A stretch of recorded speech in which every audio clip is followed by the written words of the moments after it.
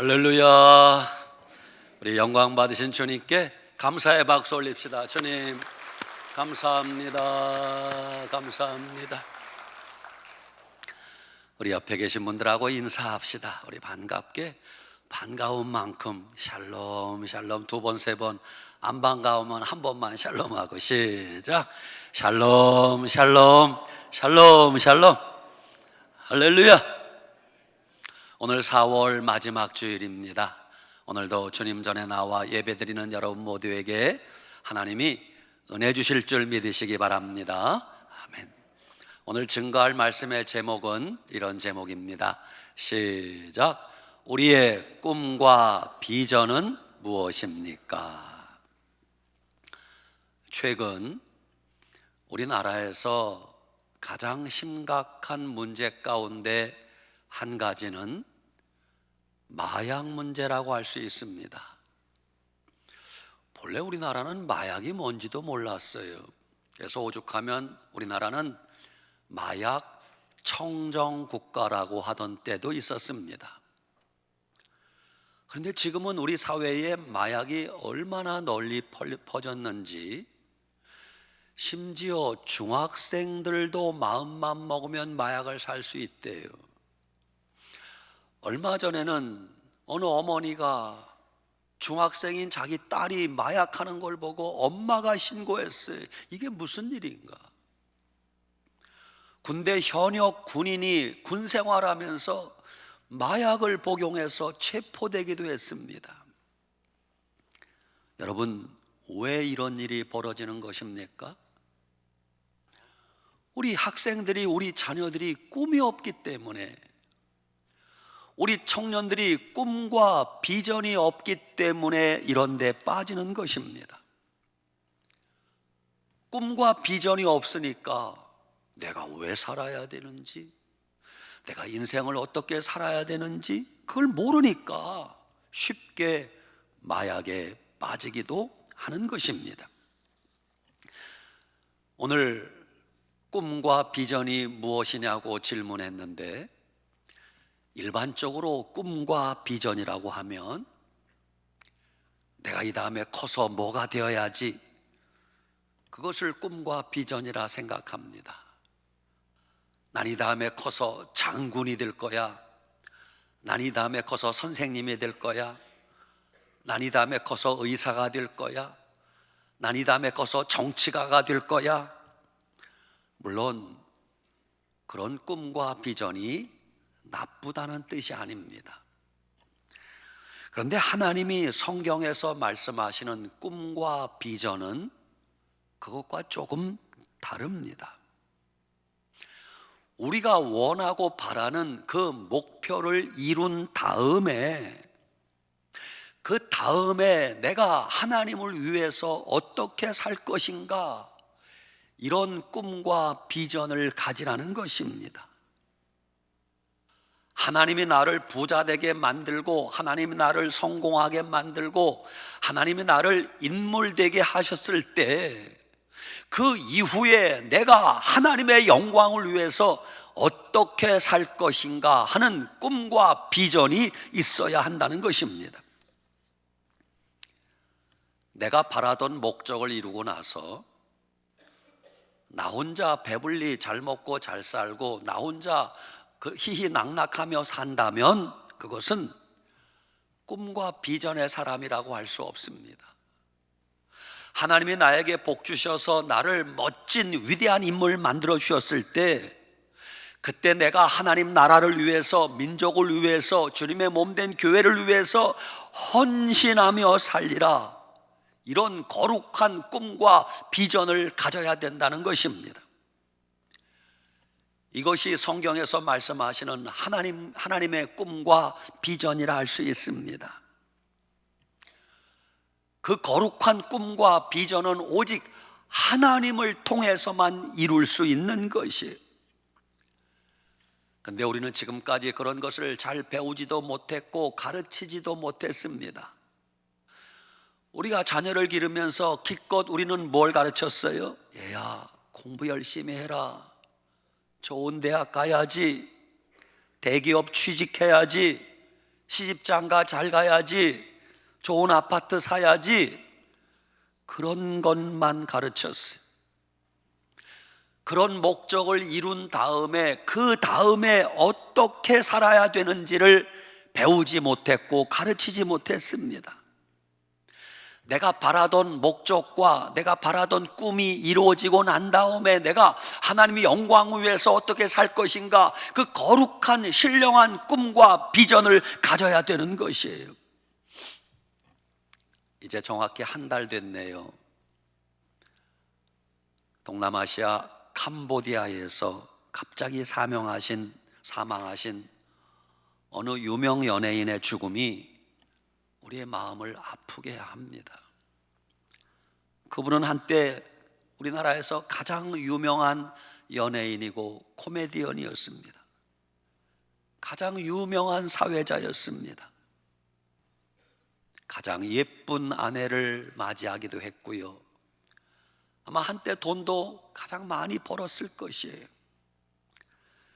근데 그분의 삶이 하루아침에 무너지기 시작합니다.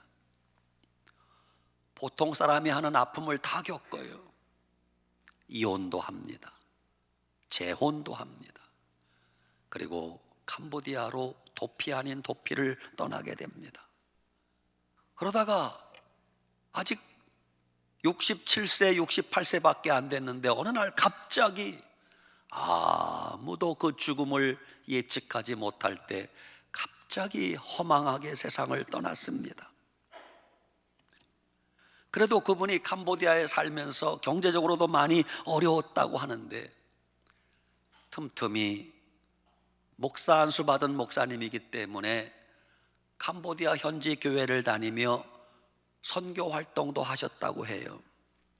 바라기는 우리는 모르지만 그럼에도 불구하고 그 영혼이 구원받아 천국 가셨기를 바랄 뿐이에요.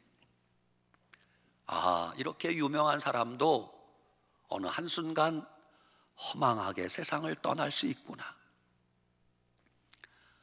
히말라야 산에는 야맹조라는 새가 산답니다. 그 야맹조는 낮에는 실컷 논답니다. 그리고 밤이 되면 둥지가 없어서 남의 둥지에 삐집고 들어가서 잠을 자려고 한대요. 그러면 그 둥지 주인이 가만히 있습니까? 막 쪼아대고 나가라 이놈아, 여긴 우리 집이다, 내쫓는다는 거예요. 근데 야밤에 쫓겨난 이 야맹조라는 새가 이렇게 울부짖는답니다. 내일이면 나도 둥지를 지으리, 해가 뜨면 나도 내 집을 지으리.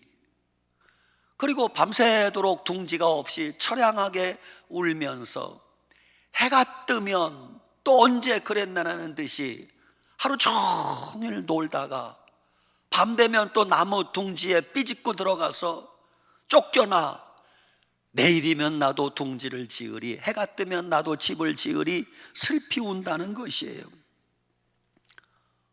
오늘 수많은 사람들이 인생을 그렇게 살고 있지는 않습니까?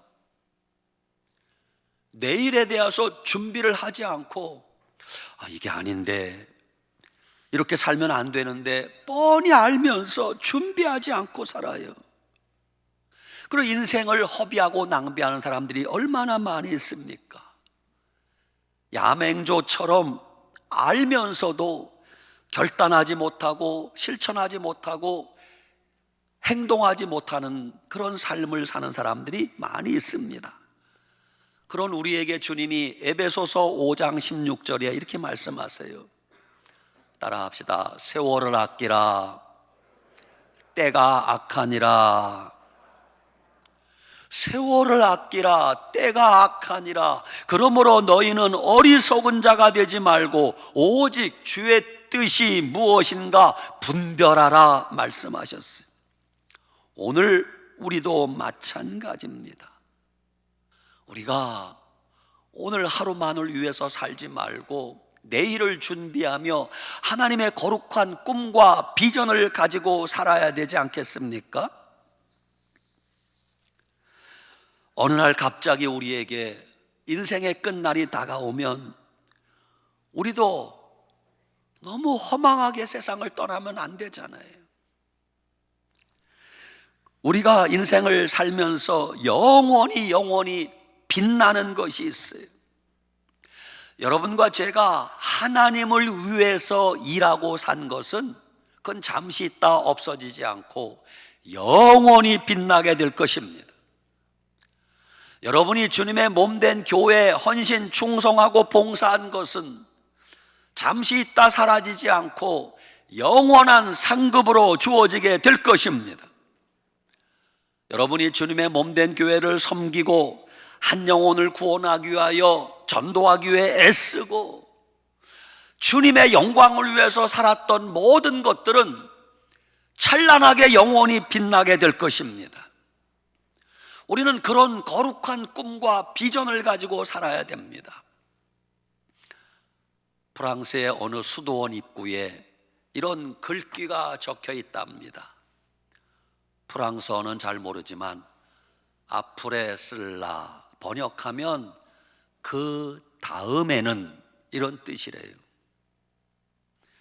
시간이 없어 유래를 다 설명하지 못하지만, 자, 젊은 학생에게 물었습니다.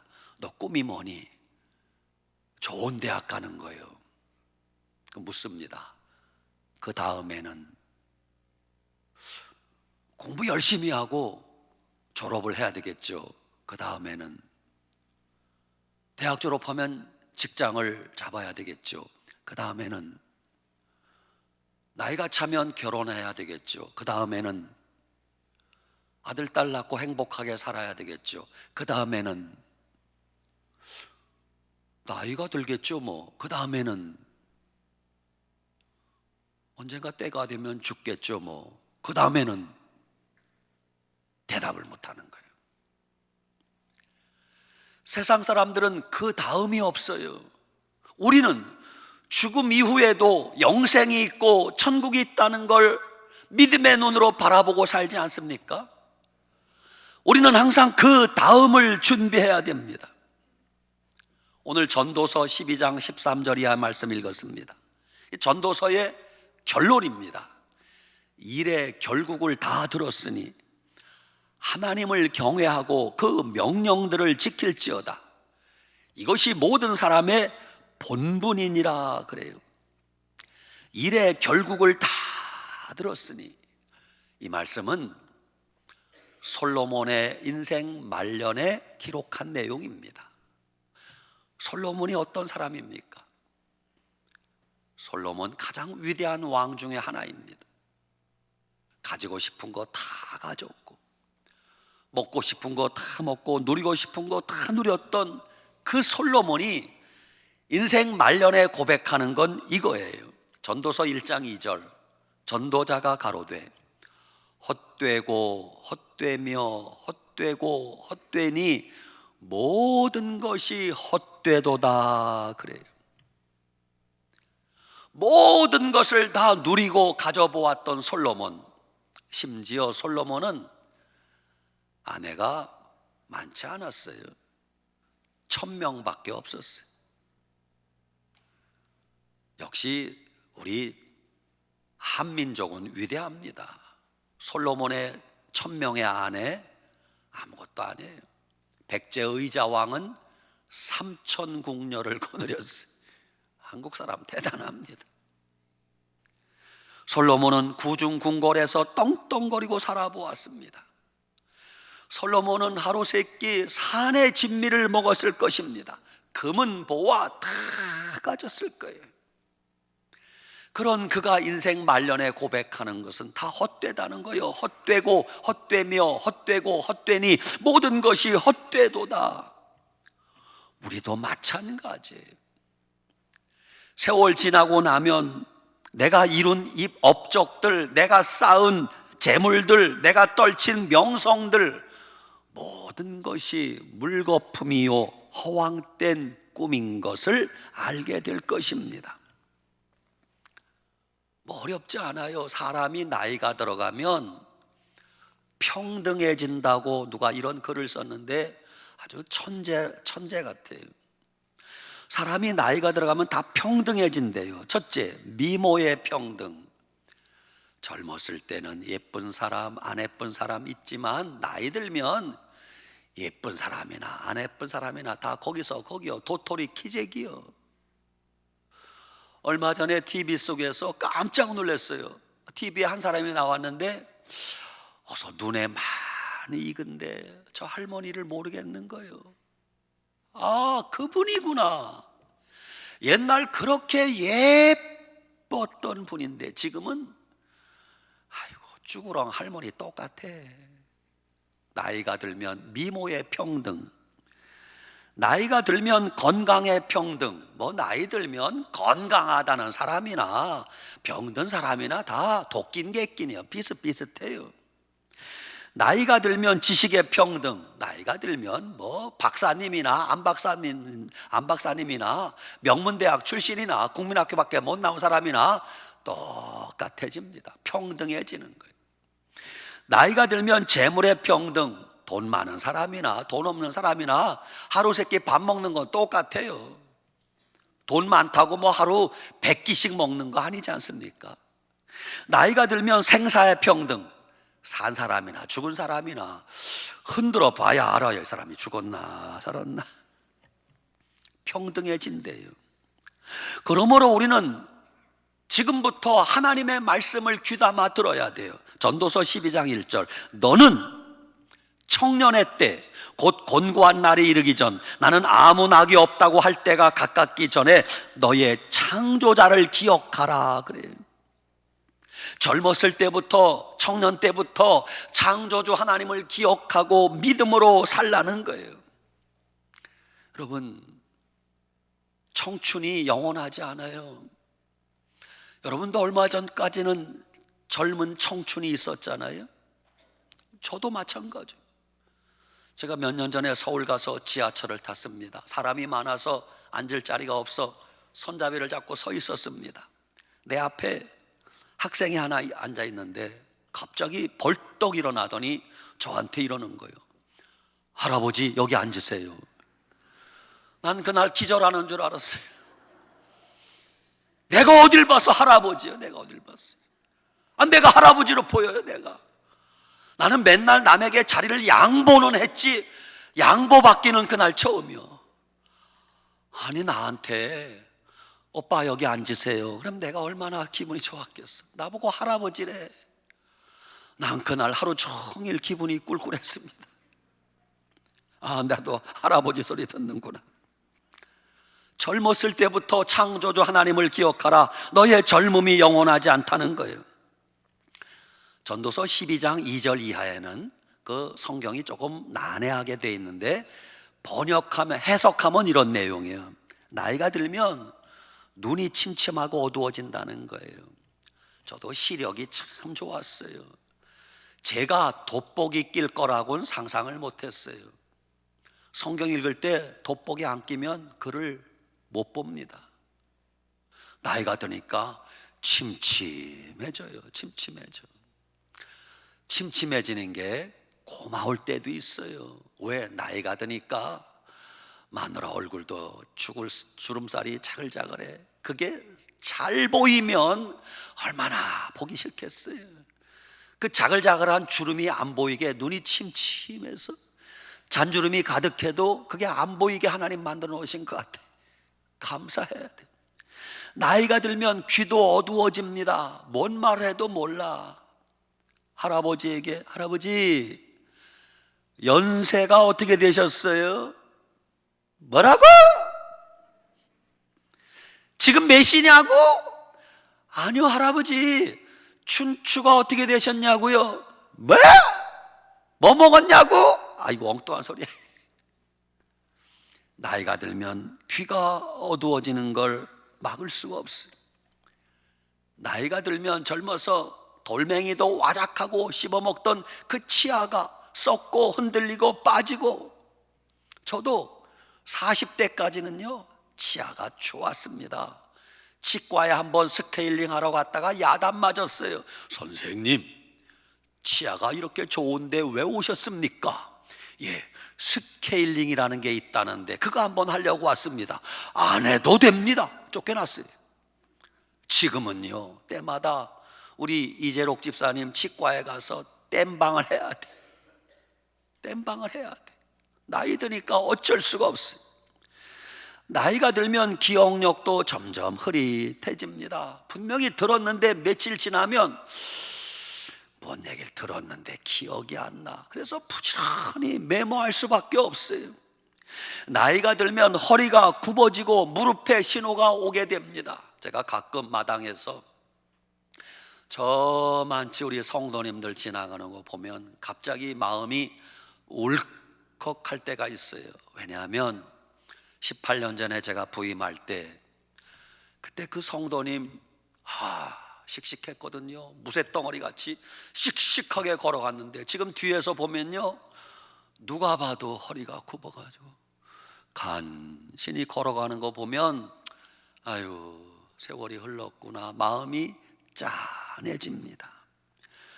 나이가 들어가면요, 소화력도 약해져요. 뭐 조금만 잘못 먹으면 탈이 납니다. 설사가 납니다. 젊었을 때는 뭐 뜨거운 거, 찬 거, 매운 거 뭐 막 먹어도 다 소화가 됐는데 이제는 조금만 잘못 먹으면 배탈이 나요. 그래서 저는 요즘도 고속버스는 잘 못 타요. 왜?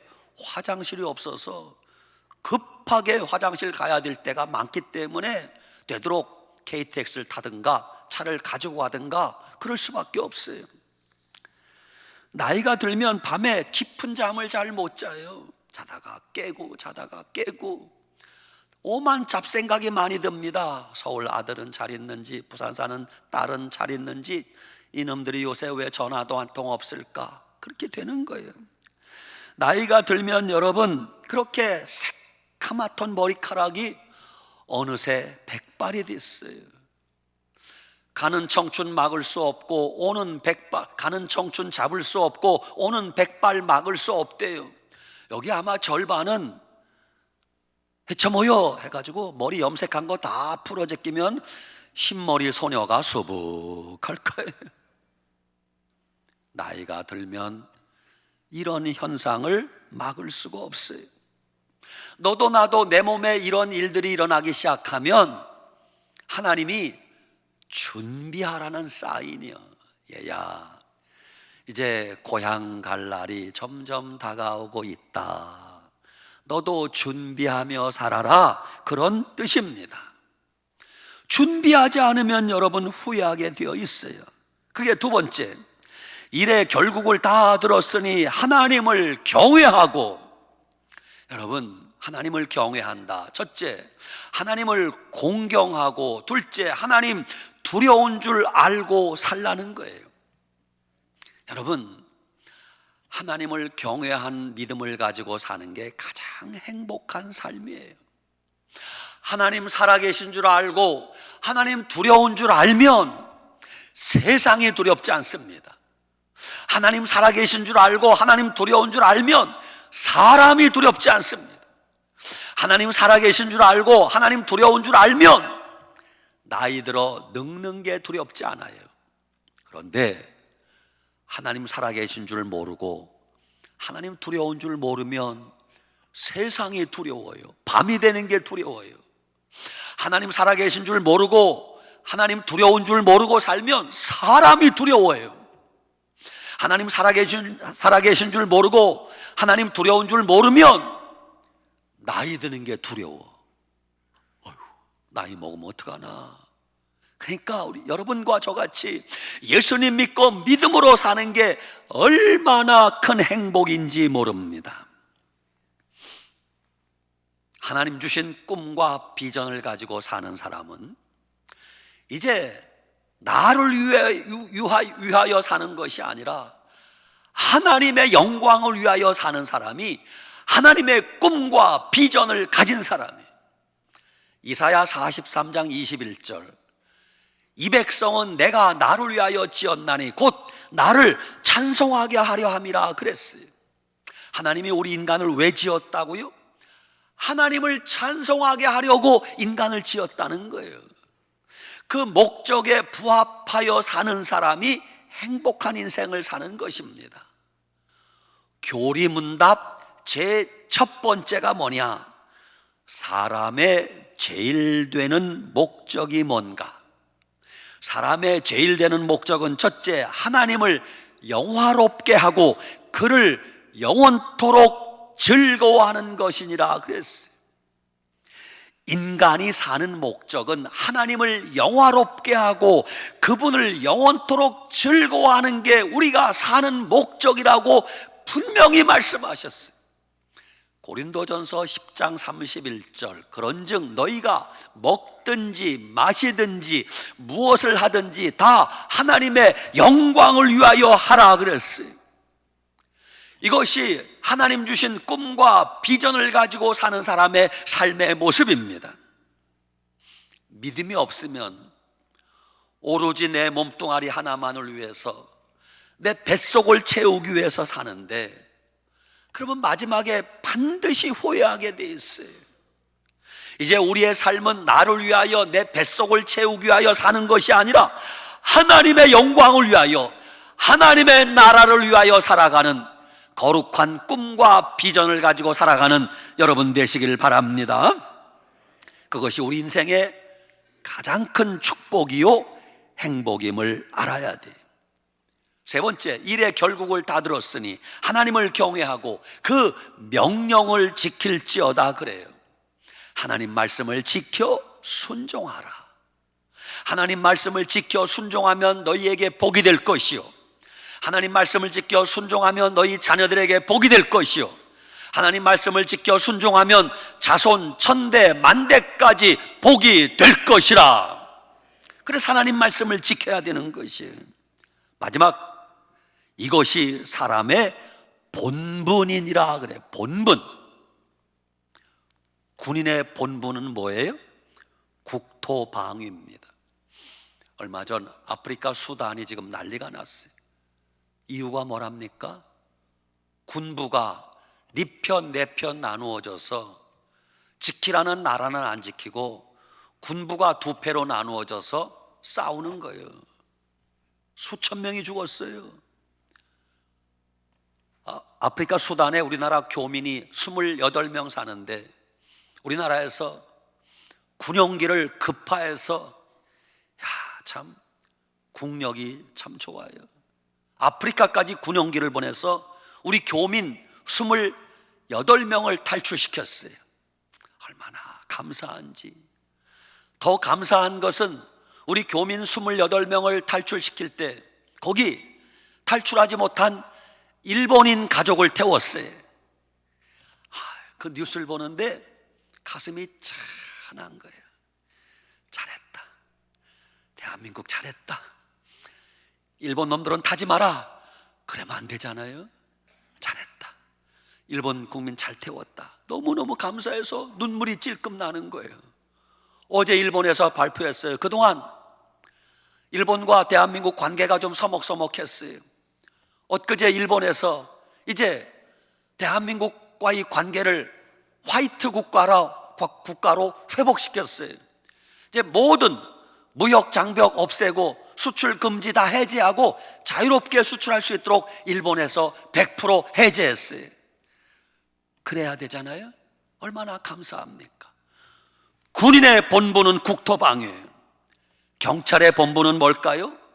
국민의 재산과 안녕을 보호하는 거예요. 소방관의 본분은 화재 예방과 불 끄는 거예요. 학생들의 본분은 공부하는 겁니다. 인간의 본분은 뭐입니까? 하나님을 경외하고 그 말씀을 지켜 사는 것이 인간의 본분이라 말씀하세요. 본분을 다하지 못하면 비참합니다. 군인이 군인의 본분을 다하지 않으면, 경찰이 경찰의 본분을 다하지 않으면, 인간이 인간의 본분을 다하지 않으면 짐승처럼 될 수 있어요. 하나님과 원수된다는 걸 아셔야 돼요. 마지막, 오늘 14절에 하나님은 모든 행위와 모든 은밀한 일을 선악간에 심판하시리라 그래요.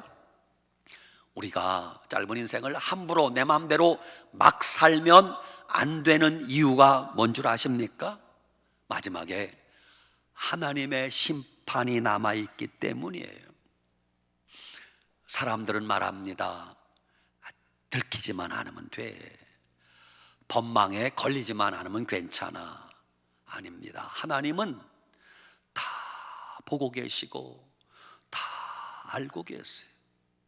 우리가 선악간에 행한 모든 일을 하나님이 심판하신다고 말씀하세요. 그래서 우리가 인생을 함부로 살면 안 되는 것이에요.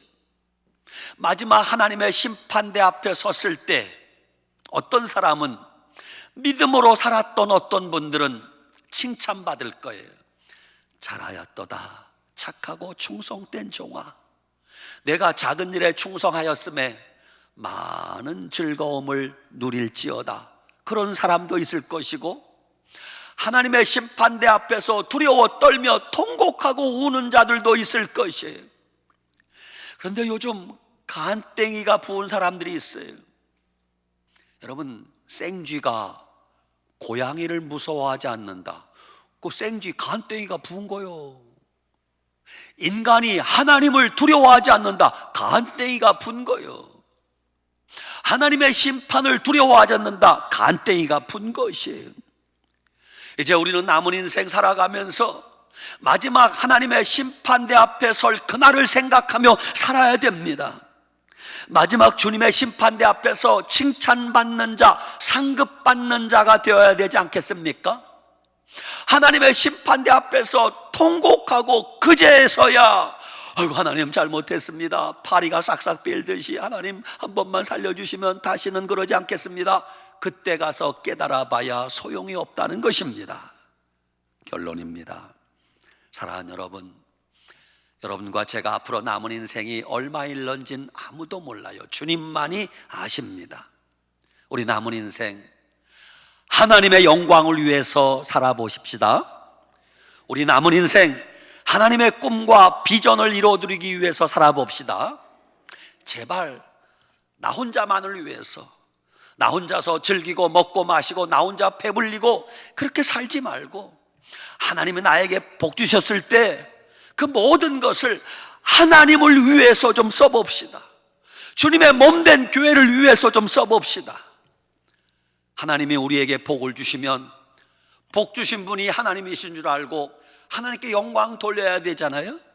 하나님이 나에게 넘치는 재물을 주셨으면 그 돈으로 선교 헌금도 드리고, 아멘도 안 하시네, 선교 헌금도 드리고, 여러분이 좀 시간이 좀 있으면, 건강도 있고 시간도 좀 있으면 교회 봉사도 하고 구역장도 하고 찬양대도 하고 교회 학교 교사도 하고 비전센터 카페 봉사도 헌신하고, 그래야 주님 앞에 칭찬이 있지 않겠습니까?